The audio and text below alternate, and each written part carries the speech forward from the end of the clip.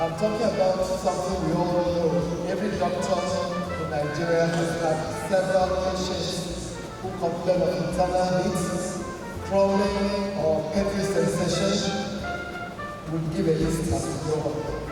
I want us to understand fringe symptoms, not fringe patients.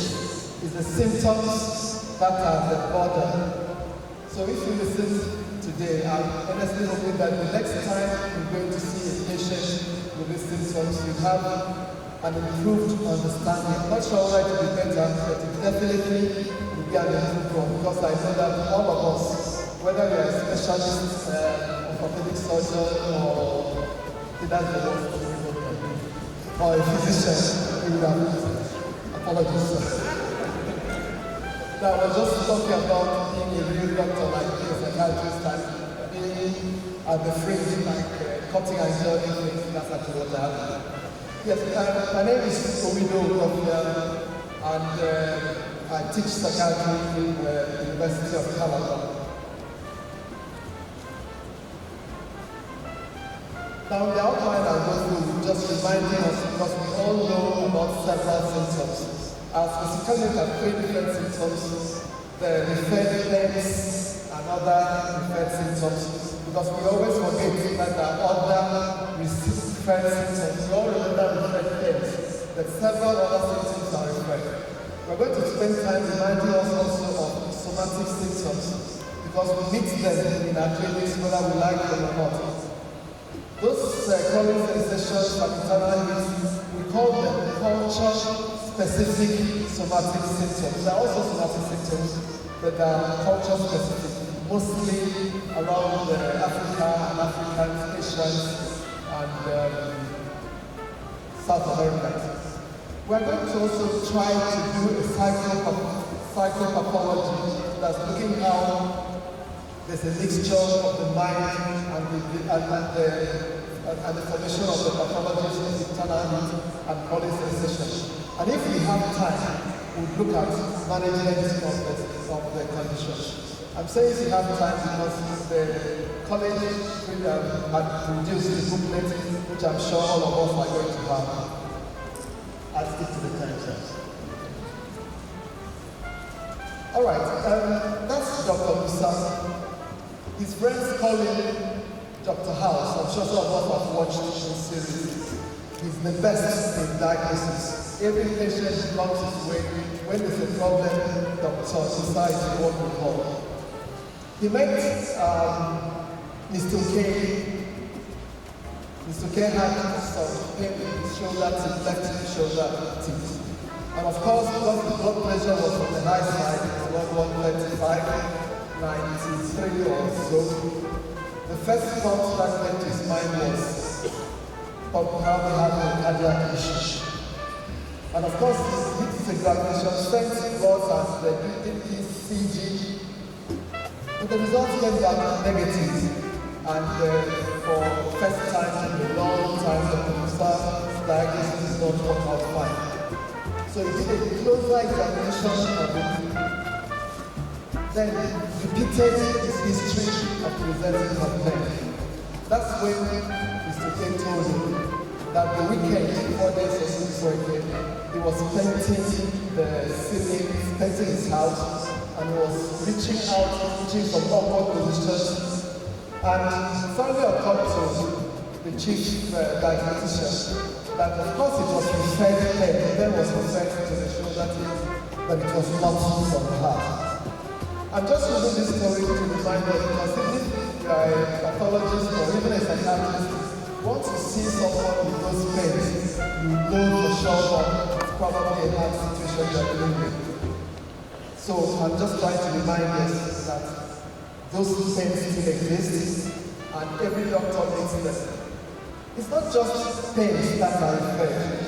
There are many other symptoms that are referred. Because of the time, I'm not going to go through the list of the symptoms that are referred. Remember, several symptoms are referred. They are referred because the primary source of the symptoms are not where the patient is reporting them. So that's the conflict there. Now, if we are looking at referred pains, there are pains that come out of other sources. And to understand the third pair, you need to go into the physiology of it. I'm sure many of us remember that there are several theories about the ones of interest I will talk about because of time will be the convergence projection theory. I'm sure we all know the meaning. Pain, fibers, and other senses converge on the posterior horn. From there it's projected into the center to the brain. Okay. Sometimes the brain, because of the number of fibers that are active, the brain sometimes confuses pain from the heart to and reports them as though the patient is having pain in his shoulder. It's not just there, several other places you have such. But also, it's not just pain, like I keep saying.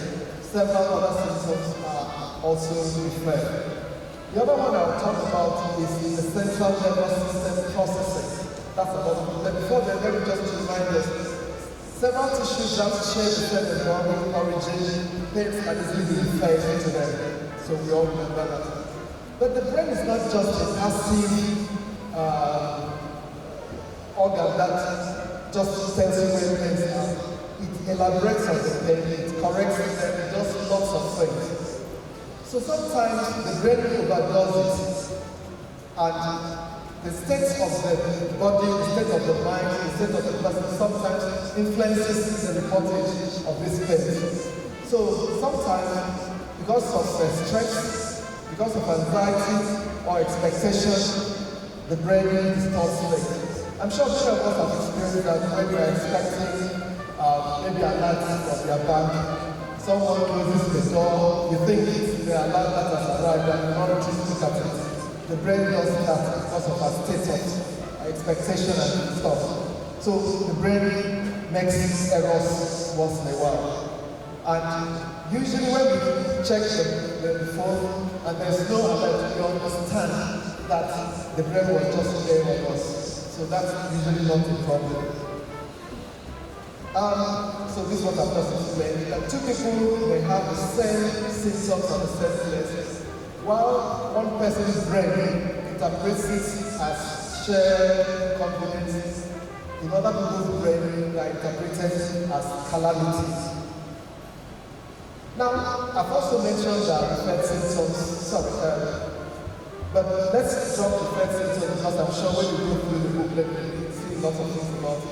There's another group of symptoms, we call them somatic symptoms. Somatic symptoms, forget the name, the old name, because men moved out at the time.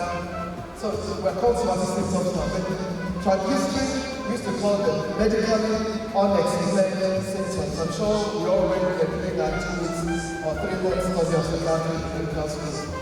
Medically unexplained is a bit funny. Every symptom we have is caused by the body. There are no bodies that don't have symptoms from external sources. It's all part of it.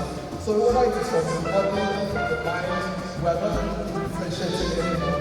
All symptoms can be so explained. They are now called somatic symptoms because you may not find the real cause for it. Or sometimes the causes are more of an exaggeration. Maybe a little thing happens and the patient reports it in a larger way. So that sometimes happens. Now, for symptoms to be somatic symptoms, there are some conditionalities that they must meet. And part of this conditionalities, particularly you see in the patient with somatic symptoms, is the way the patient excessively worries about the symptoms. I've had a patient who came to tell me, during anatomy, I never saw the opening of the tear gland. I can't remember the name. But the patient told me that he has a hole in his heart, in his eyes. And I said, where's the hole? He showed it to me. So that was the first time I saw the opening of the lacrimal gland. But it's a worry to him. It was a normal thing that he had. We all have it. But for him, it was a big issue. And all his symptoms were based on it. So one of the core things is the excessive worry. The other thing that's important is that the patient should go from one doctor to the other. So if you are a doctor and you see the patient, know that you are going to 2 or 3 or 10 other doctors. It's also important to remember that in taking whatever decisions you are going to take. Because if you remember, you might get lots of useful information from the other doctors you went through, and it will spend you lots of money and probably some unnecessary surgical interventions you are going to do. Now, the patient is disproportionately distressed. Like I mentioned, something normal that has happened, and so distressed and worried about it. Some of them are so disrupted that they can't keep their job anymore. I'm sure many of us may have friends who are so worried about it and they can't even go to work or do any other thing. And the last of the list of the things is that it greatly reduces the quality of life. So these are the core things. If you see the patient with any symptoms and they meet these criteria, then they are definitely dealing with somatic symptoms. We'll talk about them as we go on. There are theories about somatic symptoms. We'll look at two of them in detail. The first one we'll look at would be, it's called alexithymia. These are just the basics that patients have reduced ability to connect emotions to body sensation. If you start for a long time and you have back pain, you may think that is you're sitting around that is responsible. Patients with alexithymia do not think that. They just have back pain. They fail to connect it to the symptoms, to the emotions that are responsible. Someone is snoring, his abdomen, his stomach is making lots of noise. His interest is in the noise the symptoms are making, not the hunger.